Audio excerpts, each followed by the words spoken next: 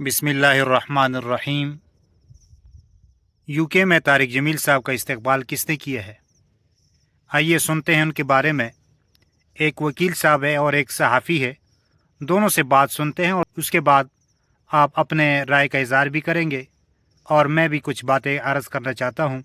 तो आइए ये सुने ज़रा पहले।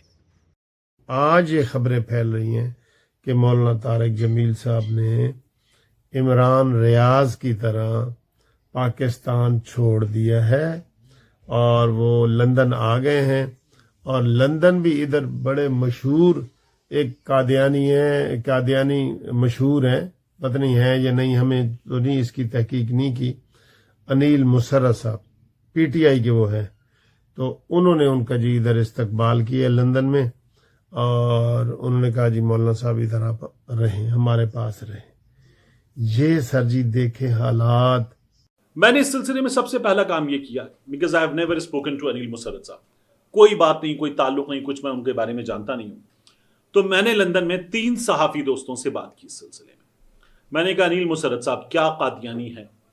तीनों ने बाकायदा तौर पर यह कहा कि बिल्कुल गलत बात है, बिल्कुल गलत बात है, ये सोशल मीडिया पर किया जाने वाला प्रोपेगेंडा है और इसमें जरा सी भी सच्चाई नहीं है।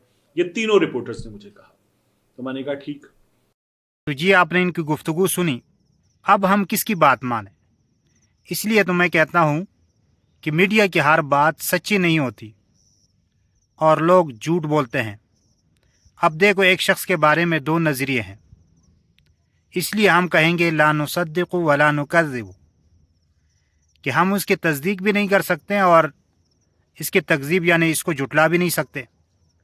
इसलिए कि अगर वाकई ये कादियानी है तो हम एक काफिर को मुसलमान कहेंगे, और अगर ये कादियानी नहीं है, एक मुसलमान है, तो हम एक मुसलमान को काफिर कहेंगे, जो कि कितना बड़ा गुनाह है।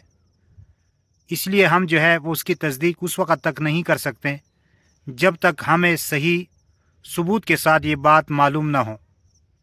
तो इसलिए आप अपने राय का इज़हार करेंगे और ये भी बताएंगे कि आपके पास इसके इस हवाले से कोई बात सबूत के साथ है, तो आप कमेंट्स की सूरत में उसका इज़हार कर सकते हैं। अल्लाह ताला से दुआ है कि अल्लाह ताला हम सब को सही बात समझने और सही बात पर अमल करने की तौफीक अता फरमाए। आमीन सुम्मा आमीन या रब्बल आलमीन।